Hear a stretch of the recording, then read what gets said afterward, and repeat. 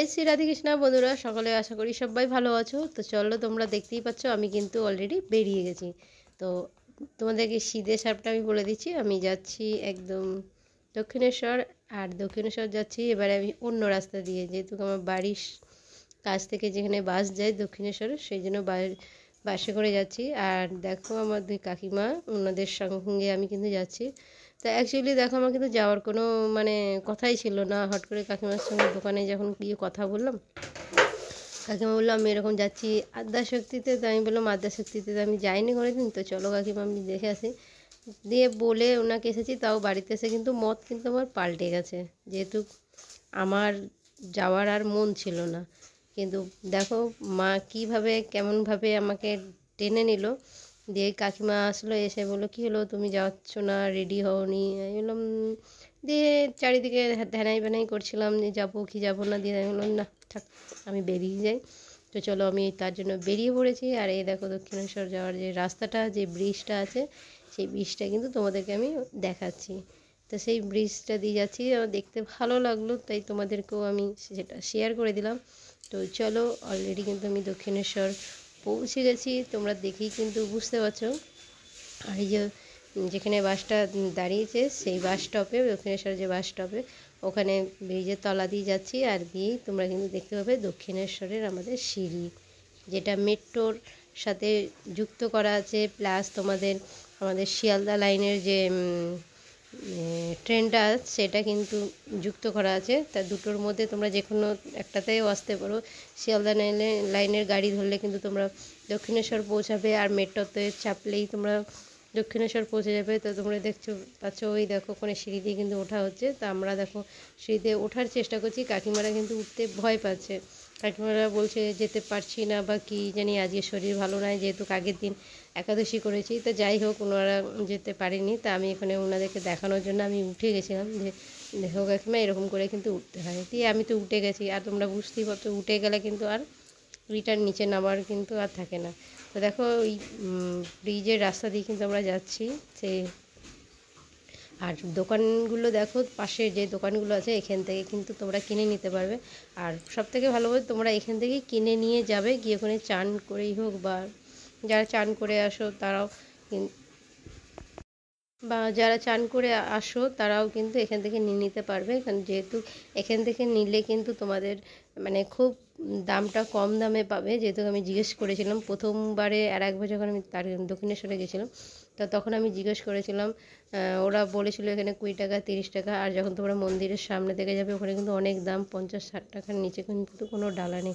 কিন্তু এখান থেকে তোমরা ছোটো থেকে ছোটো ডালা তোমরা নিতে পারবে। আর এখানে দেখো নানা রকম দেব দেবীর ফটো রয়েছে। আর দেখো আমাদের লক্ষ্মীনারায়ণের ফটো, আমার খুব এখানটায় ভালো লেগেছে, তোমাদেরকে দেখিয়ে দিলাম। তোমরা এখান থেকে কিনে নিতে পারবে। তো চলো, আমি কিন্তু এখন এবার হাঁটতে লাগছি। আর গঙ্গা জল নেবো বলে আমরা কিন্তু যার ব্যবস্থা করছিলাম। আমি তো প্রথমে ভেবেছি আমি নেবো না, আমার গঙ্গা জল অত দরকার পড়বে না, যেহেতু আগে দুবার গঙ্গায় গিয়ে জল এনেছি, ওই জন্য দরকার পড়ে না। তবুও আমি নিয়ে নিয়েছি, যা এসেছি খালি হাতে যেতে নেই, মা গঙ্গা জল নিয়ে যাবো। তো চলো, এবার আমি উঠেছি, তো এবার নামতে হবে, সেই আমাকে সিঁড়ি দিয়েই নামতে হবে। তা কাকিমাদের তো কিন্তু এবার আর রক্ষে নেই, আর কোনো পথও নেই যে ওখান দিয়ে সিঁড়ি দিয়ে নামবে, যেহেতু এবার কোনো না কোনো রকমভাবে কিন্তু ওদেরকে উঠতে হয়েছে। তো এক কাকিমা তো আমার সাথে চলেই এসেছেন, দেখছে যে আর আমার পার নেই, রাস্তা নেই, উনি তারপরে আস্তে আস্তে ধীরে ধীরে এসেছে। তো চলো দেখো, আমি কিন্তু চলে এসেছি দক্ষিণেশ্বর। তার দক্ষিণেশ্বর এসেই দেখো আমাদের কিন্তু গেট বন্ধ এখন। মানে এমনই হচ্ছে, আমি যে কোনো মানে যাচ্ছি তো গেট বন্ধটা বেশি দেখতে পাচ্ছি, জানি না, মানে ভাগ্যটা অতটা ভালো নেই। মা ডেকে নিয়ে গেটটা কেন বন্ধ করে দিল, বারবার এরকম করছে, কিন্তু দেখা কিন্তু দিচ্ছে পরে। ধৈর্য আমার দেখছে যে আমি কতটা ধৈর্য মানে ধরতে পারি। তো চলো, আমি ভেতর দিকে যাচ্ছি। এখন ভেতরে গিয়ে আমি এখন চান টান করবো। বিশেষ কিছু তোমাদেরকে দেখাবো না, কেন আগের ব্লগে আমি তোমাদেরকে সব কিছু দেখিয়েছি। তবু এক ফাঁকে আমার নিজের সেলফির সাথে তোমাদের পুরোটা চত্বরটা কিন্তু আমি একটু একটু করে দেখিয়ে দেবো। আর প্রচণ্ড রোদ, আর তোমরা মানে আমাকে দেখে বুঝতে পারবে যে আমি যেখানেই যাচ্ছি কিন্তু একদম বিনা সাজে যাচ্ছি। জানি না এটা কেন হচ্ছে। যে আমি বেরাচ্ছি যখন তখন কিন্তু কোনো এতটাই তাড়াহুড়োর মধ্যে বেরাচ্ছি যে কোনো রকম ঘরের জামা প্যান্ট পরেই কিন্তু আমি বেরিয়ে যাচ্ছি, কোনো রকম মানে মাথাটা সামনেটুকু আসলে ব্যাস খোপা বেঁধে ক্লিপাটে আমি কিন্তু বেরিয়ে যাচ্ছি। সাজগুজ আমার হচ্ছে না, জানি না কেন হচ্ছে না বা কেন করতে পারছি না, যার জন্য আমাকে বেরিয়ে যেতে হচ্ছে এইভাবে। আর বেশিরভাগ ব্লগেই দেখবে যে আমার সাজগোজ ছাড়াই হচ্ছে। কি বলবো, করতে পারছি না, আর সেখানে আর কিছু বলার নেই, যেহেতু তীর্থস্থানে যাচ্ছি। ভগবান আমাকে বলছে তোকে সেজে আস, আর কোনো দরকার নেই, তুই যেমন আছিস তেমনই তোকে আমি গ্রহণ করব, যার ফলে আমি যেমন আছি তেমনই কিন্তু পৌঁছে যাই। দেখো আমি একটু একটু পা করে কিন্তু গঙ্গার ঘাটের কাছে পৌঁছে গেছি। আর আজকে দেখেছো গঙ্গার ঘাটের ওখানে প্রচণ্ড ভিড়। আগের দিন একাদশী গেছে, আর তারপরের দিন চান করবে বলে হয়তো অনেকেই সবাই গেছে, আমি অতটা জানি না, তবুও কাকিমা বলছিল যে আমার একাদশী আর আমি চান করতে যাব। ওটা হতে পারে, আমারও তো জানকারি নেই। বন্ধু তোমাদের জানকারি তাহলে কমেন্টে অবশ্যই বলবে। তো দেখো আমার চান হয়ে গেছে, দেখেছো আমার অবস্থা সেই একই রকমই অবস্থা, আমার পরিবর্তনের কিছু নেই, না আমার সাজ আছে না কোনো কিছু আছে। খারাপও লাগছে যে তোমাদের সামনে আমি এই অবস্থায় আছি। তো যাই হোক, তোমরা কোনো কিছু মনে করো না, তা কিছু করার নেই, ওখানে সাজগোজ করতে পারবো না, বাড়ি থেকেই সেজে যেতে পারিনি, তো ওখানে কি করে সাজবো। আর সত্যি কথা বলতে আমি এখন যে ভাড়া বাড়িতে আছি, ভাড়া বাড়িতে আমার কিছুই নেই, কোনো সাজগোজও নেই বা কোনো জামা কাপড়ও নেই। আমার যেখানে নিজের বাড়ি আছে ওখানে সাজগোজও আছে, জামা কাপড়ও আছে, কিন্তু অত কিছু আমি ভাড়া ঘরে নিয়ে আসতে পারিনি, যার ফলে আমার এই অবস্থা। তো চলো আমি বেশিক্ষণ ওয়েট না করে দক্ষিণেশ্বরে আমি আদ্যাপীঠে যাওয়ার জন্য অটো ধরে নিলাম, যেহেতু চান টান করার পর মায়ের দর্শন এখন হবে না, যার জন্য আমি ওখানে চলে গেলাম। তো আজকে তোমাদের আদ্যাপীঠটাই দেখাবো। তো চলো, মেন হচ্ছে এটাই। তো আমি আদ্যাপীঠ পৌঁছে গেছি। তো দেখো এটা হচ্ছে আদ্যাপীঠের মন্দির, আর দেখতে পাচ্ছ না আদ্যাপীঠ বলে লেখা আছে, আদ্যাটা দেখতে পাচ্ছ না, যেহেতু ওখানে একটা দোকান আছে ছাতা দিয়ে। তো চলো আমি আদ্যাপীঠের ভেতরে এখন ঢুকছি। আদ্যাপীঠের মন্দিরটা তোমরা দর্শন করে নাও। আমিও ওই ফার্স্ট টাইম এখানে এসেছি, আর আদ্যাপীঠের আসবো বলেই কিন্তু আমি এসেছি, যেহেতু দক্ষিণেশ্বর এসে আমি একবার ঘুরে গেছি। তা আদ্যাপীঠটা আমার ঘোরা হয়নি, এর আগে দক্ষিণেশ্বর এসেছিলাম, এক মাসিমা আমাকে বলেছিল যে তুমি আদ্যাপীঠ দর্শন করে আসবে, ভোগ খেয়ে আসবে, আমি তার জন্য আজকে কিন্তু এসেছি আদ্যাপীঠের উদ্দেশ্যে বেশিরভাগ করে। তো মা আমাকে আশীর্বাদ সেটাই করে দিল যে হ্যাঁ তুই আয়, আমার দর্শনের সাথে সাথে আদ্যাপীঠেরও দর্শন করে নে। মা তো একটাই রূপ, শুধু আলাদা আলাদা। তো চলো আমি এখন ভেতর দিকে যাচ্ছি, আর চারিদিকটা দেখো আদ্যাপীঠের মন্দির, আর কত ভক্তরা এখানে এসেছে। আর ডান দিকে দেখছো কত লোক যে সিঁড়ি দিয়ে উঠছে, এখানে কিন্তু সবাই ভোগ খেয়ে কিন্তু এখানে বিশ্রাম নিচ্ছে। তো আমরা এখন ভোগ খাবো, তার জন্য আমরা যাচ্ছি টিকিট কাটতে। তো চলো সোজা গিয়ে বাঁ দিকে পড়বে টিকিট কাউন্টারটা। তো দেখো আমার কাকিমা কিন্তু আগে গিয়ে ওখানে টিকিট কাটার জন্য পয়সা রেডি করছে। তো কাকিমা ওখানে নিজে আগে টিকিটটা কেটে নিয়েছে আমাদের জন্য। তো সামনে একজনের লাইন আছে, তো তোমাদের টিকিটের ডেটটা দেখাবো। আর এখানে অনেক কিছু, আর এই যে সামনে যে এটাই হচ্ছে আমাদের আদ্যাপীঠ মায়ের মন্দির। তো দেখো এখানে কিন্তু গেটটা বন্ধ, এখানেও কিন্তু গেট বন্ধ, তবে আদ্যাপীঠ মায়ের দর্শন করতে পারিনি। ওনার গেট খুলবে সন্ধ্যে 7টায়, যার ফলে অতক্ষণ ধরে আমাদের থাকাটা মানে সম্ভব হয়নি, বাড়িতেও আসতে হবে। তো এই দেখো আমাদের টিকিট কাটা হয়ে গেছে 3 জনের। তো 60 টাকা করে টিকিট নিয়েছে। তো বন্ধুরা তোমরা কিন্তু ওখানে গেলে অবশ্যই ভোগ ওখানে খেয়েও, খুব ভালো লাগবে, তোমাদেরকে আমি দেখাবো, না দেখলে তোমরা বুঝতে পারবে না। 60 টাকা করে টিকিট ওখানে নিচ্ছে, তো অবশ্যই তোমরা ওখানে কিন্তু টিকিট কেটে ভোগ তোমরা গ্রহণ করো, খুবই ভালো লাগবে। যেটা আমাকে খুব ভালো লেগেছে, আমি কিন্তু ভোগ খেতে প্রচণ্ড ভালোবাসি, যেটা তোমাদেরকে বলে আমি বোঝাতে পারবো না। যেখানে কিন্তু আমাকে ভোগ দেবে আমি শিখে নেই কিন্তু বসে যাব, কিবা ফ্রিতে দিক আর কিবা পয়সা দিয়ে দিক। আর এই যে ঘেরা জায়গাটা গ্রিলে দিয়েছো, এটা কিন্তু ভোলে বাবার মন্দির আছে, যেহেতু আমরা ভোগটা খাবো তারপরে সব দর্শন করব বা তোমাদেরকেও আমি দর্শন করাবো। তো দেখো আমি ভোগের যেখানে ভোগ খাওয়ানো হয় সেখানে কিন্তু আমি যাচ্ছি। ওই সোজা টিকিট কাউন্টার থেকে আবার ডান দিকে ঘুরে গেলে তোমরা কিন্তু ভোগের রুমটা খুঁজে পেয়ে যাবে। কিন্তু এখনও হাঁটছি, তোমাদের দেখে মনে হচ্ছে যেন অনেকটাই আমি হাঁটছি, কিন্তু না, একটু হাঁটতে হয়, যেহেতু অনেকটা বড় এরিয়া নিয়ে মন্দিরটা রয়েছে, ওর ভেতরে আশ্রমও রয়েছে, অনেকে আশ্রমেতে অনেক গুরুকুলের ছেলেরা সব রয়েছে। তো চলো আমি কিন্তু এখানে জুতো খুলবো, আর এর অপোজিটেই কিন্তু আছে আমাদের ভোজনালয়। তো এখানে কিন্তু আমরা ঢুকছি। তো চলো তোমাদেরকে আমি ভোগের জায়গায় দর্শন করাচ্ছি।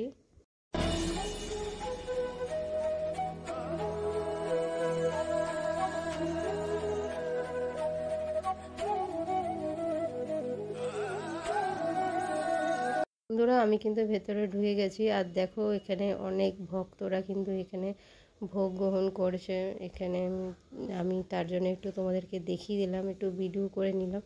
তো ওখানে দেখছি আমি যখন ভিডিও করছি সবাই কিন্তু আমার দিকে নজর দিচ্ছে যে ভিডিওটা কেন করছে, আর অনেকে জানেই যে ভিডিও করার কারণটাও বা কী। তো আমি এখানে করছি কোনো কিছু না চিন্তা করে। তো দেখো সমস্ত ভক্তরা এখানে ভোগ গ্রহণ করছে, তাদেরকে দেখে আমার তো আর কি বলবো উৎসাহিত যে আমি আর কিছুক্ষণ থাকতে পারছি না।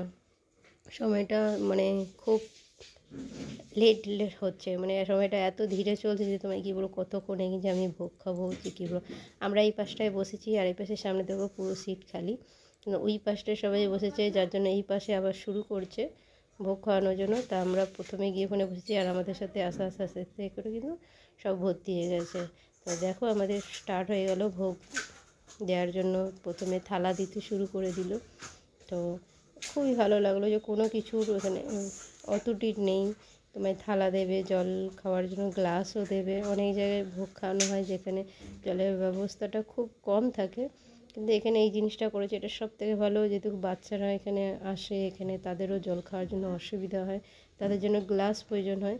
তো এই ব্যবস্থাটা করেছে, আমার খুব ভালো লেগেছে। তোমাদেরকে কেমন লেগেছে অবশ্যই তোমরা কমেন্টে জানাবে। তো চলো এখন আমরা ভোগ খেতে শুরু করব, তোমাদেরকে ভোগ দর্শন করাবো, তোমরা ভোগ দর্শন করো।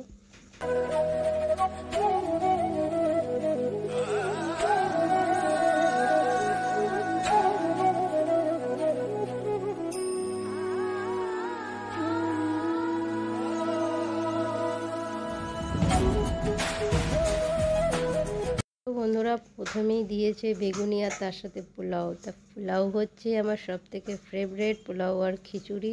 যে তোমাদেরকে কি বলবো, তা আমি ভাবতে পারিনি যে পোলাও দেবে। তা পোলাও খেয়েই আমার মন ভরে গেছে।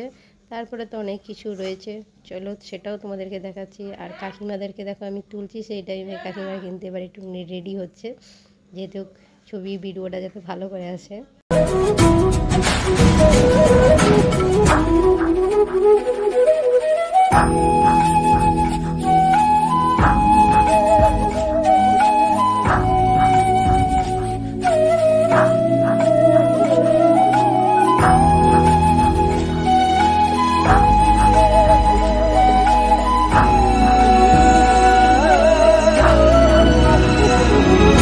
বন্ধুরা মানে পোলাও দেওয়ার পর ভাত দিয়েছে, আর আমি জানতাম না যে খিচুড়িও দেবে। তোমাদেরকে বলেছি খিচুড়িও আমার পোলাওর মতো খুব প্রিয়।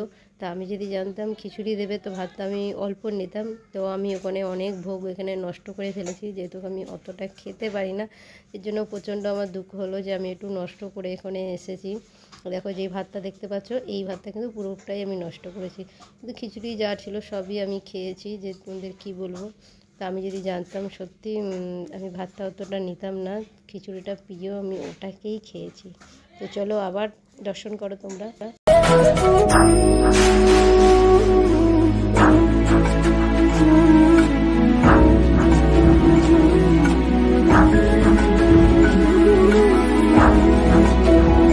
বন্ধুরা তোমরা এখানে 60 টাকা দিয়ে যে টিকিট কেটেছো বলে তোমাদেরকে একবারই খেতে দেবে এর কোনো মানে নেই, তোমরা যতবার চাইবে ততবারই পাবে। আমি কিন্তু দুবার করে পায়েস চেয়ে নিয়েছি, আমার খুব ভালো লেগেছে। তোমরাও যতবার চাইবে অবশ্যই ততবারই পাবে, কোনো এখানে যে নিয়ম নেই যে একবারই তোমাকে দেবে।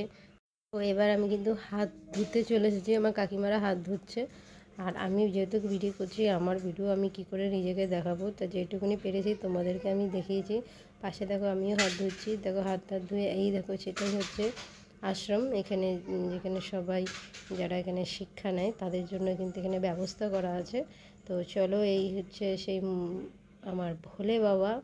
ভোলে বাবার কিন্তু মন্দিরটা খুব সুন্দর, যে কী বলবো কত সুন্দর আমার ভোলে বাবাকে সাজিয়েছে, পাশে নন্দী আছে।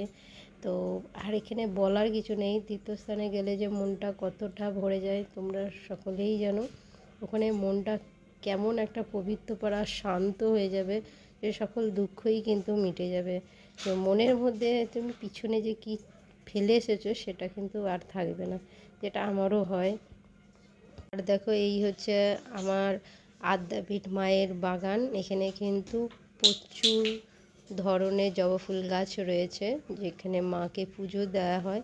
আর এই দেখো সেই জায়গাটা যেখানে সবাই কিন্তু বিশ্রাম করছে। এখানে অনেক পাখা ঘুরছে, সবাই এখানে আরাম করছে। এখানে এসে আমার কাকিমারাও বসে গেছে, কিন্তু আমিও এখানে বসে একটু আরাম করেছি, যেহেতু আমি প্রচণ্ড খেয়ে নিয়েছি। তোমাদেরকে কি বলবো, যে আমার কাছে কিন্তু অনেকটাই খাওয়া হয়ে গেছে। তাই কথা বলতে বলতে চলো, এই হচ্ছে আমাদের আদ্যাপীঠ মায়ের মন্দির। আর দুঃখের বিষয় যে তোমাদেরকে আমি আদ্যাপীঠ মায়ের দর্শন করাতে পারলাম না, শুধু ফটোর মধ্যেই তোমাদেরকে দর্শন করাবো। যদি আবার আমি আসি, আবার যদি মা যদি ডাকে, মাকে একটাই কথা বলতে চাই, এবার যদি আমি যাই, যে কোনো মন্দিরে যাই, অন্তত তোমার দুয়ারটা যেন খোলা থাকে, আমাকে এরকম নিরাশ করে যেন পাঠিও না। ওখানে কিন্তু অনেকক্ষণ ধরে আমি কাটিয়েছি, সুন্দর আমি ভগবানের গুলি করেছি। আর এই হচ্ছে আদ্যাপীঠ মায়ের যে ভেতরের যাওয়ার রাস্তাটা, আমি বাইরে থেকে একটু তুলে নিয়েছি, দেখাতে তো তোমাদেরকে পারলাম না, তার জন্য খুবই দুঃখিত আমি। আমারও খারাপ লাগছে যে সন্ধ্যে 7টায় খুলবে, যার জন্য কিন্তু অতক্ষণ আমি থাকতে পারবো না। এখানে কিন্তু আমাদের ভগবান রাধাকৃষ্ণের মন্দির রয়েছে। আর এটা হচ্ছে আদি দেবীর, যেটা আদি মন্দির বলা হয়। তো চলো এখন আমি বেরিয়ে যাচ্ছি, এবারে কিন্তু আমি বেরিয়ে পড়বো দক্ষিণেশ্বরে ওখানে মায়ের পুজো দিয়ে, মায়ের দর্শন করে আমি কিন্তু বাড়ির দিকে রওনা দেবো। তো বন্ধুরা, ভিডিওটা দেখে তোমাদের কতটা কেমন লেগেছে, কতটা ভালো লেগেছে অবশ্যই তোমরা জানাবে। আর এই দেখো আমি দক্ষিণেশ্বর চলে এসেছি, এখানে বসে কিন্তু একটু গান শুনছিলাম।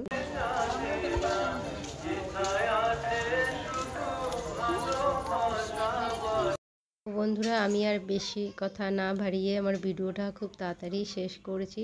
তো তোমরা যখনই দক্ষিণেশ্বরে আসবে, অবশ্যই কিন্তু আদ্যাপীঠ মায়ের দর্শন করে আসবে আর ভোগ খেয়ে আসবে। আর দেখো আমি ওখান থেকে যখন বাস ধরবো, যে আমি সেই ব্রিজে উঠেছি, আর ব্রিজ থেকে মন্দিরটা এত সুন্দর লাগছিল যে তোমাদেরকে কি বলবো রাতের বেলাতে। ওই জন্য এক ঝলক আমি তুলে তোমাদেরকে দর্শন করিয়ে দিলাম। আর এই হচ্ছে দেখো আমাদের মা গঙ্গার ওখানে দেখো চারিদিকে মানে যে জাহাজগুলো আসে ওখানে, সেটাই ঘাটগুলো রয়েছে। তো বন্ধুরা, আমার ভিডিওটা এখানেই শেষ করছি। তো কেমন হয়েছে অবশ্যই কমেন্ট করে জানাবে। আমি হয়তো বিশেষ কিছু ভালোভাবে তোমাদেরকে আমি বলতে পারছি না বা জানাতে পারছি না, আমার অতটা মানে অভিজ্ঞতা নেই যে কিভাবে তোমাদেরকে বোঝাবো। তো আমি যেরকম তোমাদেরকে পেরেছি আমার মতামত দিয়ে তোমাদেরকে বোঝাবার চেষ্টা করেছি। অবশ্যই তোমরা কিছুটা হলেও তোমরা বুঝবে। তো প্লিজ তোমরা সাপোর্ট করো, তোমরা যদি সাপোর্ট করো, কমেন্ট করো, তোমাদের এই উত্তর দিতে দিতেই কিন্তু আমি অনেক কথা বলতে শিখে যাব। তো আর বেশি কিছু না বাড়িয়ে এখন ভিডিওটা আমার এখানেই শেষ করছি। তো টাটা, রাধে রাধে, সকলে ভালো থেকো।